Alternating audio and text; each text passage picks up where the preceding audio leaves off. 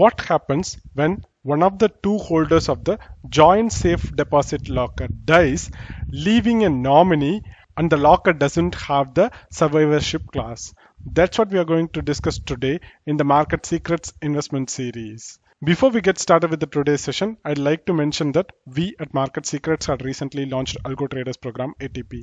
If you are someone who is interested in learning end-to-end algo trading, then you can consider joining our ATP program.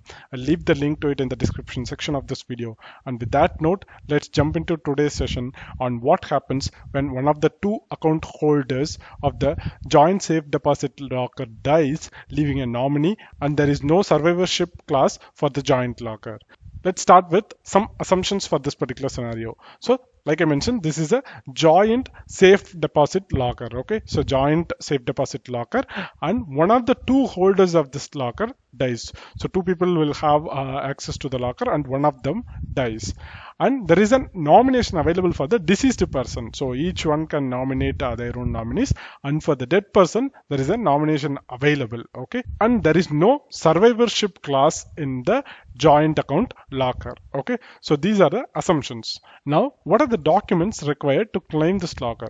First one, the joint account holders death certificate. Okay, so that's the first one, and the KYC document of the nominee of the deceased. So whoever is a nominee, right?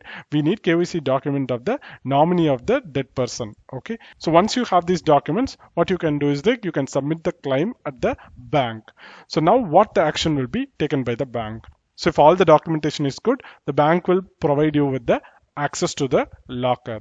But while providing access to the locker, it will first prepare list of items in the locker. So two bank officers will come with you when you open the locker for the first time, and they'll prepare a list of items available in the locker.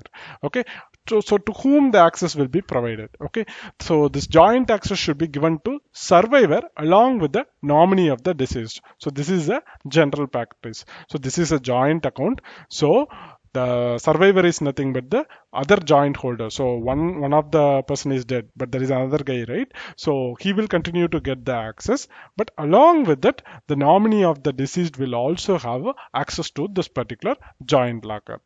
But the nominee is liable to the legal heirs of the deceased. So he is just a nominee. He is just a temporary holder of this particular locker. So when the legal heirs of the deceased person, if they come and claim the locker, then he has to settle with them properly. So he's just temporarily holding it. So this is what happens when one of the two holders of the joint safe deposit locker dies, leaving a nominee, and the account doesn't have a survivorship clause.